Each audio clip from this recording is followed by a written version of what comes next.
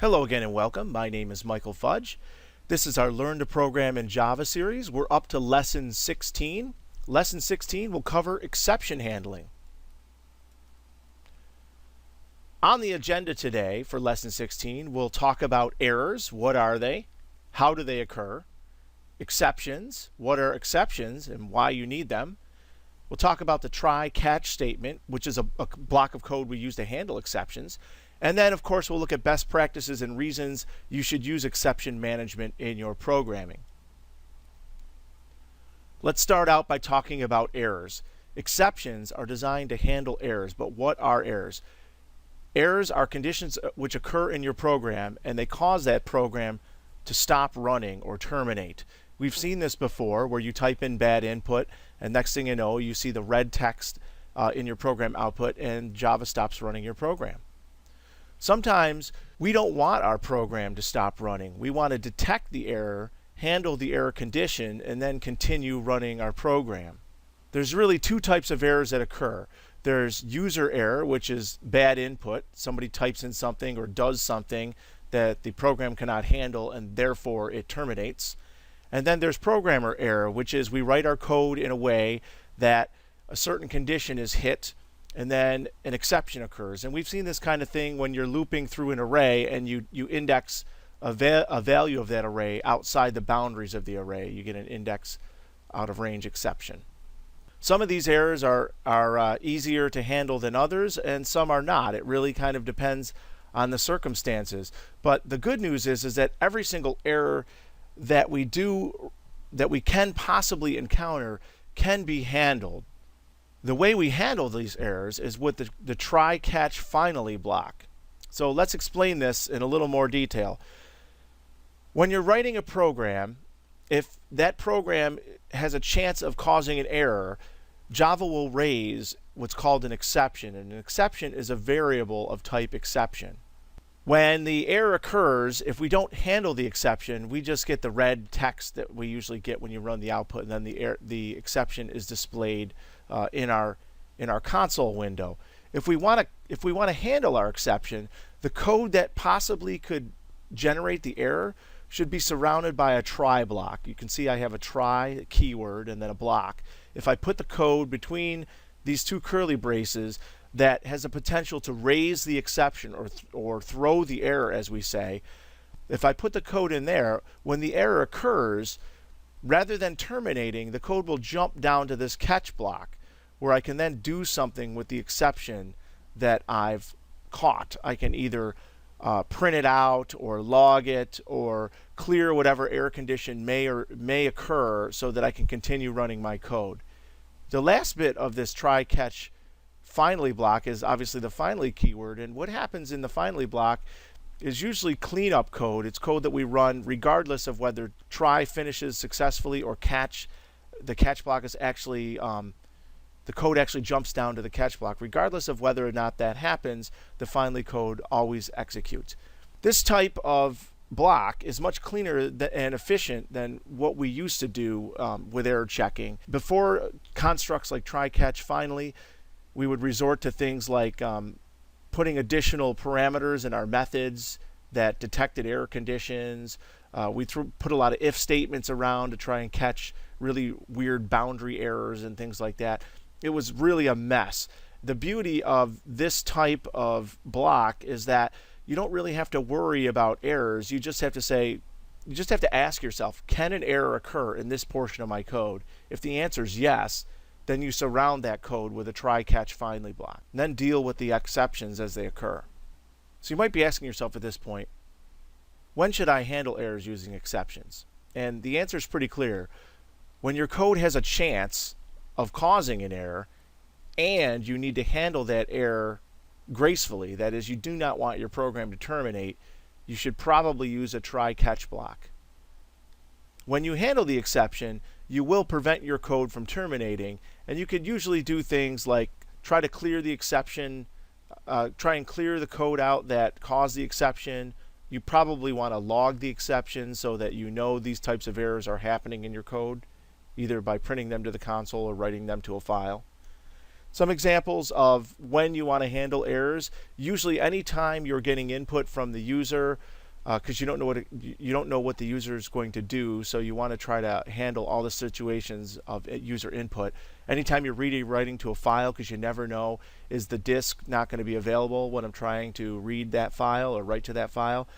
Whenever you're trying to access resources outside your control, like let's suppose you're programming a game and you're using a gamepad, you might want to verify via a try-catch block that the gamepad is first connected to the computer before you start to ask for input from the gamepad. These are all examples of when you'd want to use an exception, but generally speaking, when you think about your code, you have to ask yourself, is there a chance that I can have an error in this code? And if so, do I want to handle that error, or am I okay with the system just stopping this program from running and just reporting the error at the console? Okay, it's demo time. I have two demos that we will go through. The first demo will just walk you through the basics of exceptions and the try, catch, finally block. And the second example will show you why you want to make your own custom exceptions, so that when you throw particular errors, you know the source of the error because of the name of the exception. Okay, let's get started. Here I am in my NetBeans IDE, and I have a project that I've opened up called Exception Basics and one class called Exception Basics, and I'm just going to kind of walk you through the basics of why you'd want to use an exception to handle various input. Now, I could write this type of program. I've written it before, but you probably never thought long and hard about what happens if someone doesn't follow the instructions you give them. So I'm going to do a little copying and pasting so you don't have to watch me type. Okay, my typing's complete. And how many times have you seen a program like this before, where I ask you to enter an integer, I accept that integer, and then I simply print out what you entered? I mean, you've seen this program run quite a few times already. And when I run this program, you'll see it says enter an integer, and I can type in a 5, and it says you entered 5. That's fantastic. The real interesting thing is what happens when I don't enter an integer. If I run the same program again, and then this time it says enter an integer, and I'm going to enter my name, and you'll see it throws an exception called Java util input mismatch exception. So let's see if we can write code to handle this exception, and rather than exiting the program like this with this obscure exception and stack trace, it kind of gives the user a little more graceful message. So again, the rule of thumb is the code that can throw the exception is right here. So what I need to do is I need to take this code and then any dependent code. So for example, it's dependent on input, which is up here, which is of class scanner. And I need to surround this with a try block. So here goes, try.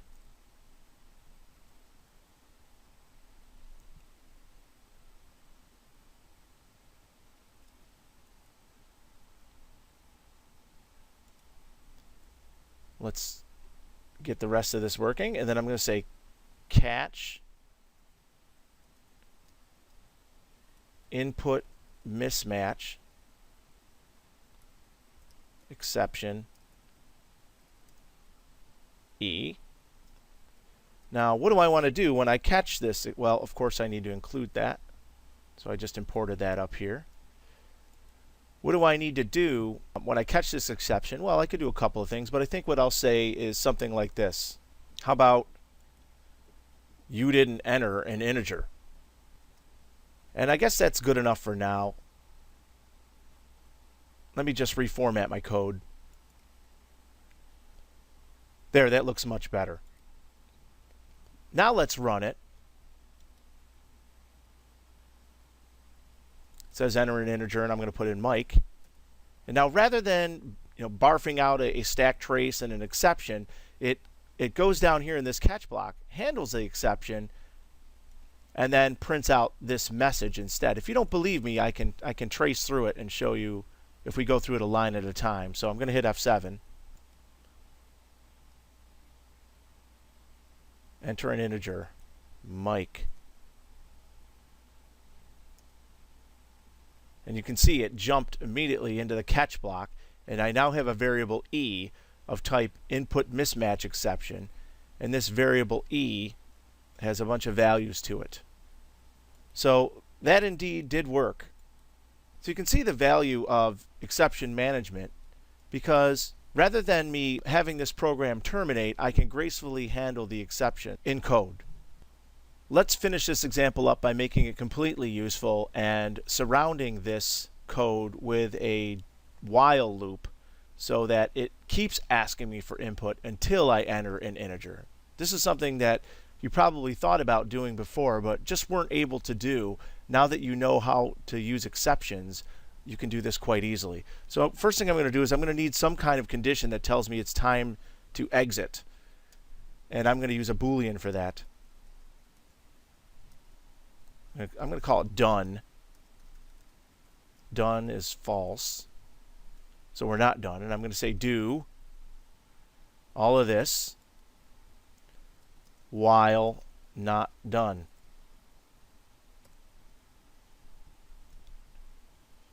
And let me reformat this code. There we go.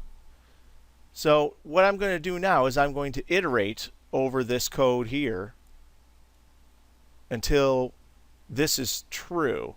Right now it's until it's false. Right now not false is true. So what I need to do is after I accept input, if this throws an error, it's going to jump down here and it's not going to execute this next line here. If I do type in a successful int, it will go to the next line. So done is true here. I mean, it looks kind of silly, but let's just think about what happens. It's going to do this, do this. You type in something that isn't an int, it's going to jump down here. Then it's going to go back up here and repeat. When you finally do type an int, it's going to do this line of code here. And then this is now going to be false and the loop's going to stop. So let's run it, and then if you want, we'll trace through it. So enter an integer 10. Ha ha ha. You didn't enter an integer. How about Mike? You didn't enter an integer. 5. You entered 5. Beautiful. And let's just, for kicks, let's put a breakpoint here. And let's give it a debug. So here we are, scanner input. And I'm going to step through this code. Now it's asking me to enter an integer. I'm going to enter Mike. Now watch what happens. When I press enter, it's going to skip line 16 and jump right into the exception. See that? So now if I go back up here and continue and step through it again, now it's asking me for an integer. This time I'm going to put in a valid integer. And now it drops down to line 16, executes this code here. Now my exit condition is no longer true because not true is false, and I exit the do while loop. So that's how that works. Try catch. Now let's add one last wrinkle here, the finally. The finally block always executes whenever the try or the catch execute. And we generally use the finally block for cleaning up the code that we started inside the try block. So imagine you do a bunch of work inside try, but you only get halfway done because you throw an exception. The finally block is where you can kind of detect what happened and then hit the undo button if you need to. Or sometimes maybe you start the work in try and then you hit catch, and then because you caught the exception you undo everything, but then regardless of whether try works or it doesn't work, you need to do some cleanup code. So you would do that down here and finally. What I'm going to do in this case is just put a simple message here so that you understand what finally does and when it runs. So this happens whether the exception occurs or not. So let's run it one last time. Enter an integer. And then it says you didn't enter an integer, and it says this happens whether the exception occurs or not. See that? And then I can actually enter an integer this time, and it says this happens whether the exception occurs or not. So it always executes the finally block regardless of whether try completes successfully or whether an exception is thrown inside try and the catch block comes up. So that's try, catch, finally. That's error handling via exceptions. Really not much to it. In the next example, we'll take a look at writing your own custom exceptions. But before we go, one thing I do want to make note of is you might be wondering, well, really, isn't really this the only code that needs to be in the try-catch block? And I want to reiterate one last time that you should always take the dependencies, the object dependencies, and enclose those in your try block. So, for example, the input object depends on the constructor up here that creates it. If I do not put that constructor inside the try block, when I hit the catch block for whatever reason and go back up here, it's gonna cause problems because it's not gonna know about this object because of object scope, right? This object is outside the scope of these curly braces, right? This kind of goes back to when we declare variables in different scopes. So you always want to make sure that those are in the scope. Okay, for this next example, I've written most of the code already. I'm just going to kind of walk you through it and then maybe take you through a run and a debug of this code. The difference between this code and the code that we saw earlier is that there are two catch blocks. What I'm trying to do is catch two different kinds of exceptions, and this is important because you don't want to catch general exceptions. For example, it doesn't make sense to just catch exception because then you can't do different things based on that exception. The better thing to do is to be as specific as possible as to the type of exception you're trying to catch. And let me just walk you through what's happening here. I'm asking you to enter an integer between 1 and 10. So when I run the program, it says enter an integer between 1 and 10. And if I put in a 99, that is certainly not between 1 and 10. So what will happen here is if the number is out of range, I'm going to throw an integer called, throw an exception called integer out of range exception. And this is a class that I wrote that extends system exception. So when you want to make your own exceptions, the only thing you need to do is make this simple class that extends system exception. And now you've made your own types of exceptions. And you can find conditions under which those exceptions should be thrown and then throw them.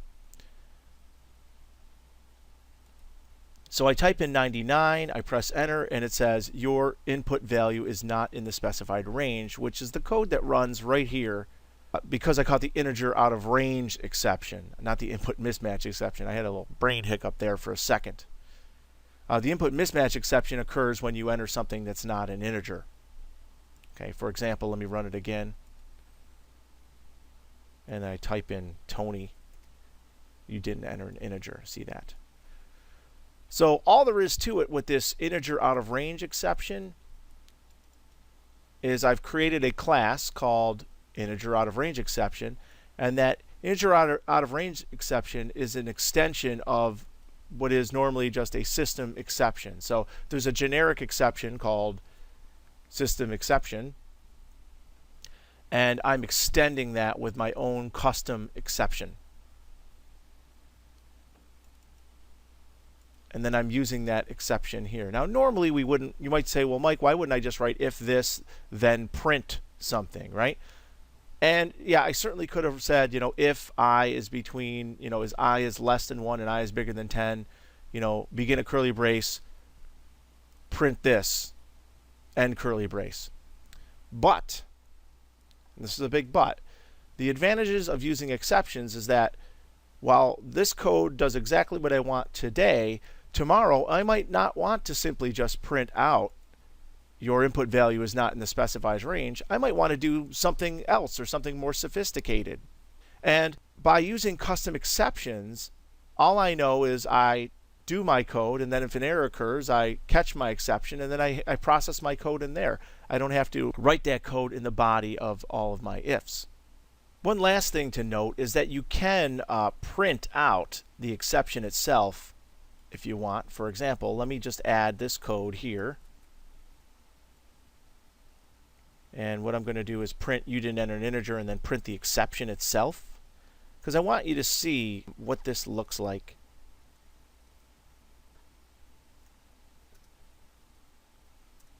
All right, so let me run that. Let's enter a value of 100. And it says integer out of range exception. See that? And that's useful because now you can log which exception occurred by printing out the exception itself. But rather than printing out to the console, you could print it out to a file or some kind of other logging framework that you might use. Well, thank you for watching this lesson on exceptions and errors in Java. I think what you'll notice is that this is just the beginning when it comes to exceptions. We had to introduce this lesson now because some of the code that we'll be writing in future lessons will be throwing exceptions, and we need to understand the basics of exceptions before we can get into those areas. What I want to point out is this isn't everything that you possibly would want to know or learn about exceptions, but the rest of the things we'll be learning by example as we do the other lessons. That's why this is a relatively short lesson. Again, thanks so much for watching. Post your questions, comments, and feedback on YouTube, and we'll see you again real soon.